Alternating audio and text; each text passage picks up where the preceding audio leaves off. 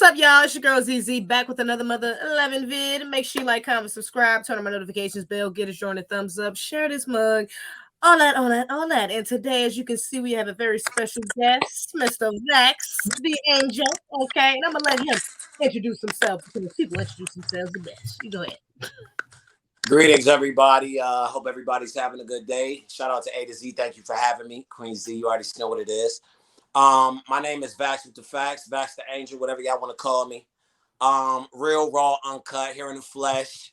And yeah, let's get into it, man. Let's get into it. What's poppin', Z, baby?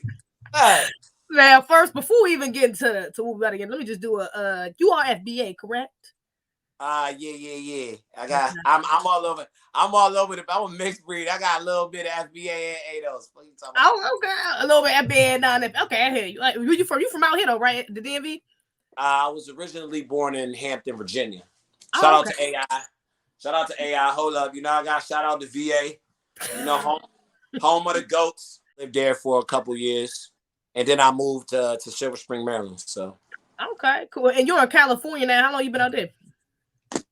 3 years. 3 years working on 4 now. You know what I'm saying? So it's been a blessing. It's not been easy, but it's worth it.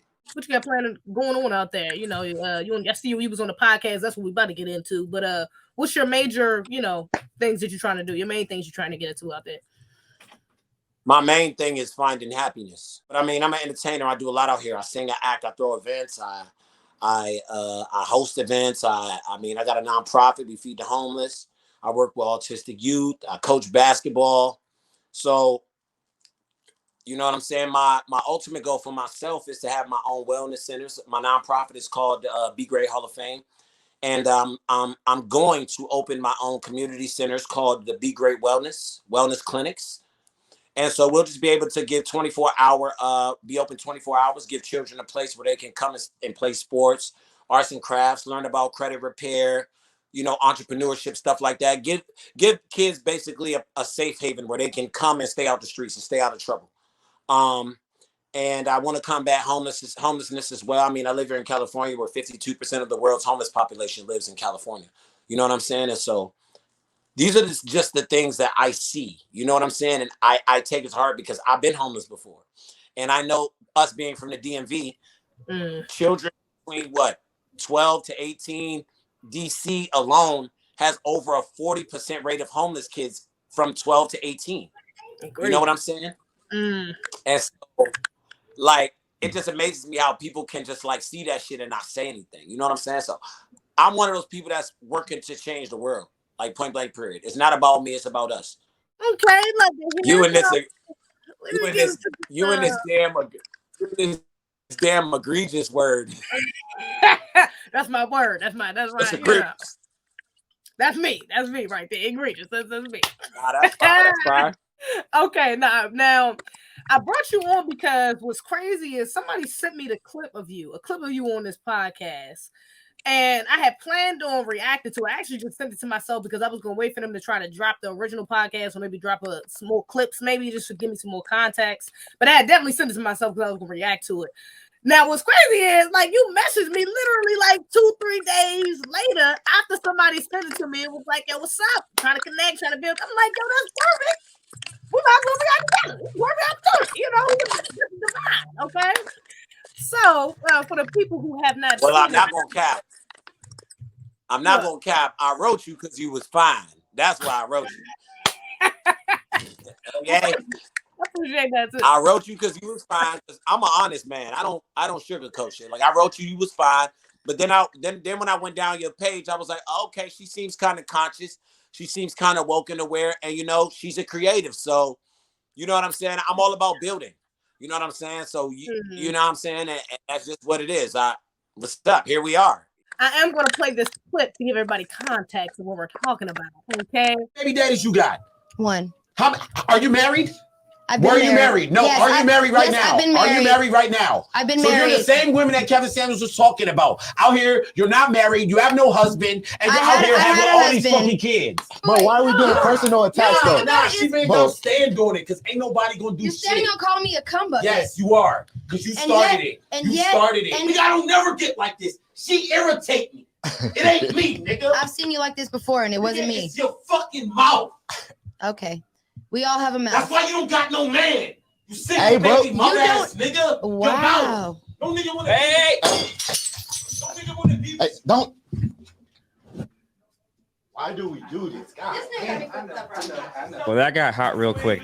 Now let me say, when I first saw the clip, I'm like, damn, that's egregious. Okay, that was okay. This brother went in. Okay, egregiously. When you first saw the clip, I'm kind of curious. What was your first reaction? Because again, it was like I said, this is like an hour-long, really podcast. Okay, and this was just one kind of edited clip. The way they edited did kind of make you look, Made me look crazy. Yeah, it didn't put you in the best light. Okay, so how did you feel when you first seen it? Honestly, I was just like, damn, cuz. And what I asked the niggas is like, marketing is marketing. But I kind of already knew how it was gonna go because I'm a black man and I know how it go already. And this is not my first time being viral. I mean, I've gotten kicked off a lot of apps for my opinion. I'm not gonna say I was mad about it. I just felt like I knew what was up. But it's funny because if you watch the podcast, you'll see me say at the end, I'm like, post it. No, I said, delete that shit. And she was like, no, we're going to post it. Hopefully we go viral. All right, then. So I said, post it then, because I already know I can handle the scrutiny. So they posted it, right? But they cut like 20 minutes out of the shit. So y'all cut. They posted the full podcast? Yeah, like the podcast that they watched that's on YouTube, they cut like 20 minutes out of that shit. So that's why I challenge everybody to go to my page and watch the full, because then you get to see her talk about her misnomers and her fuck ups and all, and make the excuses for the shit. And everybody gets to hear her fucking antagonizing me. So every time she says something, you always see her pointing at me. She gonna say, I'm not spiritual. How the fuck, bitch, I'm more spiritual than you. You talk about spiritual connections. You got 3 fucking kids with a nigga that ain't even your husband. How many kids I got out here? Zip zero, stingy with De Niro. How many broken homes am I propagating out here? Zip zero, stingy with De Niro. So you can't sit up here and throw stones when you live in a glass house. Yeah, I definitely peeped that. She was definitely, being shady and passive aggressive and, like directing a lot of conversation towards you and even really dominating a lot of the conversation, surprisingly. I'm like, damn, whose podcast? I thought it was the brothers and the white boys. I ain't know. even when I was agreeing with her, there's no winning with you. You want to argue everything, and I'm not with that. You saw her run up on me. Yeah, you saw her run up on me like she got up like she. Are you dumb? And it's funny because she has said early in the podcast, like, well, I'm grown. If you can't take the heat, stay out the kitchen. But it's like, baby girl, you couldn't take that heat. It got a little too hot for your ass. Because she couldn't take the shit that she was dishing out, and she couldn't take it because she edited her shit out the podcast. So if you was really about it, you should have stand on everything that you said, but you didn't. You cut shit out and tried to make me look like the villain. And that's not, I'm always vindicate myself. Have y'all reconciled since the what you call, like, have y'all, I mean, because you did call her a cum bucket. That's egregious. I never disrespect women. Never. But them bitches can get the smoke. They talk all types of shit. Don't be mad when I talk shit back to you. The difference is what I say to you hurts because you're not really confined to who you are. I'm confined to who I am. I know who I am. I took time to figure out who I am. I love being by myself. Those motherfuckers can't even be by themselves. There's a lot of simp ass niggas out here that elevate bad behavior, and I'm just not that nigga. I firmly believe you treat people how you want to be treated. So if you treat me like a motherfucker, I'm gonna give you that energy back. It's just that I'm a fucking man and you a fucking woman, and those energies are not the same. Yeah, that's real. Did either of the men that were on the podcast with you, like, did you talk to them about it afterwards? Yeah, of course I did. What they have to say about it? Niggas was like, oh, you know what I'm saying? Yo, after watching the podcast, we saw that she was, basically being an asshole, being antagonistic and just doing all that bullshit that she didn't have to do. It's just like, yo, like, and yeah, we had our prior thing before that, right? You know what I'm saying? Because we all work together. You know what I'm saying? And she has this thing, like, she likes to say certain shit out her mouth that she shouldn't say. And it's just like, there's no need for that. You know what I'm saying? It's like, that's habitual line stepping to me. Like, me and my nigga Bree, we were here before you. What we had before you is always going to be here. Like, you're a part of it now. So I welcomed her with open arms. Did I try to fuck her? Yes. I mean, it is what it, because I'm not a goofy ass capping ass nigga. I'm not gonna cap. Honestly, I'm gonna keep it a stack. I think she like me. She just knows that I'm not one of those niggas that will tolerate the bullshit. Every nigga that a lot of niggas tolerate bullshit because they want pussy. I don't want your pussy. I can get pussy any time of the day. What I give a fuck about is how you treat me, your character, your morality. That's what I really care about because that's what's gonna make me fuck with you. If I can talk to you and your mind is open to hearing new things, you don't always have to agree. And I don't always have to agree. And the way that people try to portray me as that I don't value women or that women's opinions don't matter. It's not that women's opinion do matter, but it's the right woman's opinion. Like my opinion shouldn't matter to everybody else. The right man's opinion should matter. I feel it. There does have to be a certain level of standards if you want to be heard. I feel that, you know. Yeah.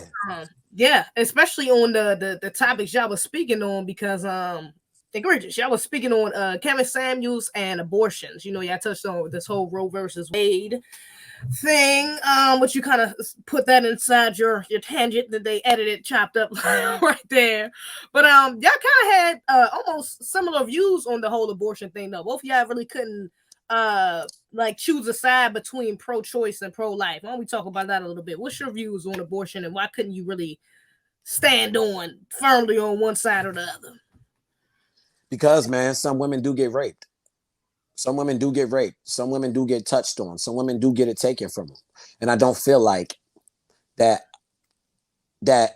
we should take that away from them. Some of those people are not, you know what I'm saying? Those situations are unfortunate. So me saying the middle was me having a heart. You feel me?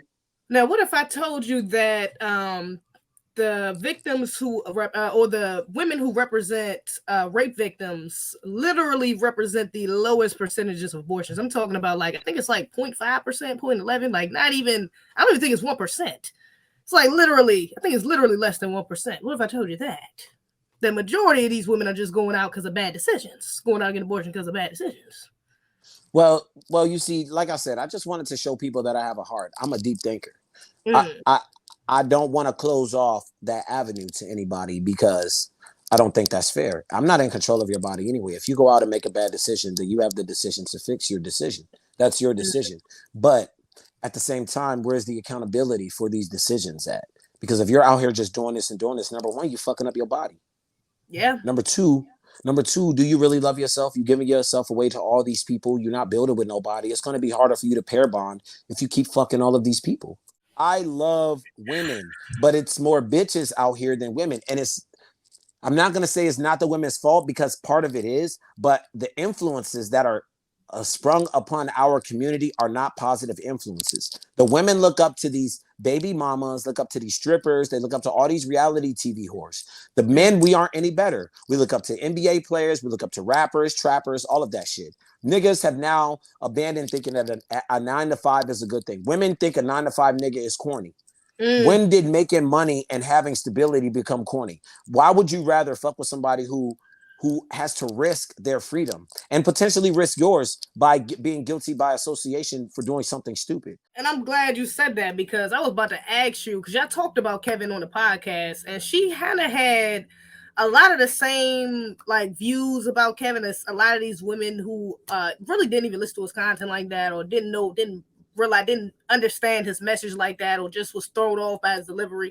So how did you feel? How do you, not even just her specifically, but how do you feel about some of these women, especially because, you know, after his death, you know, a lot of women was trying to celebrate. You got, you know, like I said, Vivica Fox talking, a lot of women trying to, you know, just go in on this man after his death. But how do you feel about some of these women's reaction to his death and to his message, even while he was here? If you ain't got no haters, you ain't popping. You heard me? Okay. If you ain't got no haters, you ain't popping. All that shit just shows that he was right about y'all. He told the truth. Y'all was bitter. And now y'all have gone to great lengths to say, fuck this man, fucking be celebrating him. So don't be mad when you get that same energy back. Don't be mad, because karma never skips anybody. So if that's how you want to move, in all principality, you know that's wrong. So if that's how you move, you're one of the women that he was talking about. And don't be mad when you get that shit back. Don't be, because at the end of the day, like I said, people who can be told or about themselves are people that can be led. People that can listen and change things about themselves when somebody gives them what's that shit? When people give them why the fuck can I think of it? Thank you. I threw it off the backboard. You slammed it. For men, it goes like this. Like, we want to be able to tell our women things. And our women can tell us things too. You know what I'm saying? But I feel like and I'm saying I feel, due to my experience, when I tell women things like they get offended. You know what I'm saying? But it's like when they tell me shit, I just sit there and take it and eat it. You know what I'm saying? It's just like, all right, it is, you know what I'm saying? I don't get offended by it. And it's just like, okay, the way that I look at it is, like I said, it's coming from a place of love and care. I feel like anybody that takes the time out to correct you is somebody that cares about you. Yeah, that's real. Do I gotta know you for 20 years to give you some advice? No, I don't. That's the way that some people look at it. It's like, oh, who are you to give me advice? Who are you to tell me what I need to change? Who are you? Yo, maybe it's not me speaking. Maybe it's God speaking through me. And this is just the occurrence of us meeting this time. And this could potentially change your life if you receive it the right way. In fact, maybe it's just something you need to hear, period. Regardless of who the messenger is coming from, you just need to hear it. That's real. I think that's a big way of how women evade, especially when it comes to conversation. Not only just conversations, a lot of black men inside the manosphere or that speak on dating and things like that and holding women accountable. That we don't want to hear that. We've been kind of been ducking under the radar when it comes to accountability for a long time. That's why I said Kevin really put that on the spotlight, because a lot of women is hearing stuff that he was saying for the first time, although it's been said. It's like they haven't been really hearing black men specifically say this so blatantly. Black men are weak. It's a lot of weak black men. Ooh. Black men are. It's a lot of weak black men. Do you think that has to do with the kind of like gynocentric or matriarchal, community a lot of us has kind of grown up in? Like they scared to talk to their mothers, or and then that kind of converts over to adult when they become an adult, and they're scared to say those, or not scared, but hesitant to say that to the women or to the women in their life. Absolutely. There's a saying that your mother makes you a simp, your father makes you a pimp, right? And so if you have both parents at the same time, you get to understand the duality of relationships because you get to see it. Now, if you're raised by a single mother, you have to go by a woman's code, because a woman is always going to stick to the code of women. And it's funny, right? We were on Discord yesterday in Ground Voices. Shout out to my boy Sam Beto. I'll send you a Discord link. You should come in there. It's great conversation too. You'll meet a lot of people that you can interview. I'll definitely put you on. And so we were talking about the code. We were having a conversation. We had a guy on stage that is married to a woman that had 4 kids by another man. Oh, wow. Okay. And so some of the girls on stage like, yeah, y'all are in the presence of a real man. And it's so funny, right, that they'll say that they're in the presence of a real man because this man came in and essentially picked up another man's slack and took it on as his own. And they call that a real man. You know what I'm saying? It's funny to me, right? And so he asked her, he was like, would you tell your son to marry a girl that has another man's 4 kids and be happily ever after with her? And she was like, well, I would tell my son to go after, whoever loves him. And I'm like, that's the code right there. You wouldn't tell your son, no, don't go in there and put yourself in somebody else's predicament. Don't go in there and take on somebody else's baggage. You feel what I'm saying? Don't like that. That's not smart. That's like women do that to their son. Women make their sons simps. You treat that girl nice. You do this. You do that. You give her the world. Blah, blah, blah. Women are never taught how to treat boys growing up. They're not taught how to treat boys growing up. Yeah. It's all about elevating women and putting them on a hierarchy. Fuck no. You put her on a hierarchy, she's gonna treat you like a fucking fan. No. In my world, you have to earn this shit. I have to earn your pussy. You gotta earn me spending money. Why? Because I don't have to pay for it. If I have to pay to get to know you, you're not interested in me. A woman that's interested in me will walk to the recycling bin with me. And these motherfuckers don't know how to play the game. They just want to give their resources away just because, oh, she's pretty. What does that do for your life? What does her being pretty do for you? Is she adding to your purpose? Does she understand who you are? Has she even asked where you were raised, what you've been through? Does she know if you have a high school diploma? But you want to give everything away to her just because she looks pretty. That's stupid. And that's how men are taught. Look at all the movies growing up. Coming to America, this nigga's a rich-ass prince. He has a bitch right in front of him that he asks, what do you like? She says, whatever you like. That's the girl he should have married.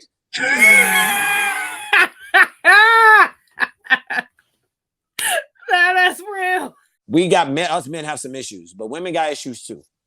And I don't want to be a man and have to address their issues. We need women to address their issues. Beautiful, sweet, fine, natural haired, pretty smile, no makeup needing women like you. We need those type of women to check women because women should check women and men should check men. Are you familiar with the Queen Mother Shahrazad Ali? Boy, that is my damn. What you got, babe? What you got over there, babe? My teacher. I love that woman. Hell yeah. In fact, let me say this too, because on the podcast you compared Kevin Samuel's death for men to Beyonce dying for women. Facts. I said, damn, okay. But how you feel about? Do you think that's really a good comparison of men were really affected like that? Absolutely, because let's look at history, okay?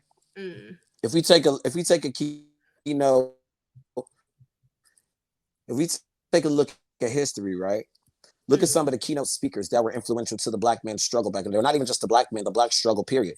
Martin Luther King, Fred Hampton, County Cullen, Fred Hampton. I said Fred Hampton already. Malcolm X, people like Sam Cooke, a lot of influential people that wanted to change the trajectory of how the black man was viewed, how black culture was viewed, how black people were viewed.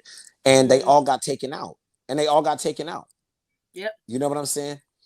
And so, like, it is disheartening when you finally get a voice that you can relate to that is not afraid to speak, because that's the biggest thing for those people. They were not afraid to speak. Fred Hampton was 21 and that nigga was moving like he was on this bitch for 60 years. That's real. You feel me? When you got it, you just got it. And what did they do? They shot him and killed him. They took him out. You know what I'm saying? They COINTELPRO these niggas. They take him out. The story about Kevin dying, it doesn't even seem concrete. How do you have a celebrity that's in a place and nobody can identify them? I don't think it was no coincidence with a nurse that just couldn't save him. And that's what I'm saying. And we're just supposed to accept the malarkey. Yeah. Like, come on, man. I'm a man that's a critical thinker. Something happened and we're not getting the full. I mean, it's just the timing of the whole death was weird. Yeah. And then not being able to identify if it was actually him, and his mother was notified and blah, blah, blah, blah, blah. Like, bro, you know about Hollywood. You know about the shit. So I would not be surprised if the nigga got sacrificed. I wouldn't be surprised if that bitch set him up, or they hit him with one of them needles that they hit Bob Marley with when he put on the Chuck Taylors that killed him. He's known by the 1% now. He's making millions of dollars now. He can invoke change. They don't like that. The main people of the world, they don't like that. Name me somebody right now that's really preaching that word that has not sold out. That's out right now. And that can't work because that shit was bringing people together. Kevin was restoring the black home. They can say what they want. He restored people. They always talk about the shit he said to women. I bet you none of those women looked up how many marriages he helped. Right. That's a fact. There's been many women calling in talking about that. Even men has called in and told them how they, that's real. That's real. That brother was definitely putting some healing messages out there that needed to be heard. So yeah, it was like Beyonce dying, because that's somebody that men fucked with. Men, the way that, like, that was fucked up. It was fucked up, and men are mourning because of that. And whenever we get something, it gets taken away. They have no problem elevating Black Lives Matter and put a black woman as a face. And then this black woman's just stealing fucking money, buying houses, giving her cousins and brothers and shit, money and shit to be security and all, and buying 5 or 6 houses. So y'all going up there to march for something that essentially is not even benefiting y'all. Black Lives Matter did not donate $1 of the billions that they recouped to the black community. Black Lives Matter that black sister's life don't matter when you ain't hold the door open for her when she was walking out. That black man's life didn't matter when you walked right past him and he said good morning to you and you ain't speak back. So, like, shut the fuck up with all this malarkey. Like, I don't like that fake shit. Like, stop being fake. Y'all, they know they are celebrating a man who was changing men's lives in a positive way. They're celebrating his death. That goes to show the state of some of these women out here. Facts. Thank you for having me, baby. Hey, shout out to A to Z, man. Of course, man. Do you want to you want to promote your page or your YouTube, anything like that before you go? No, for sure. So I am a singer and an actor. I'm an entertainer. I do everything. I got an album out too on all platforms. My artist name is Yappy Drew, YAPI. Yappy stands for Young Artist Purposefully Inspiring. You know what I'm saying? The same shit that I was talking about on here, I talk about in my music. I live to inspire people. I'm a walking testimony. Follow my Instagram at Vax The Angel, my TikTok at Vax The Angel.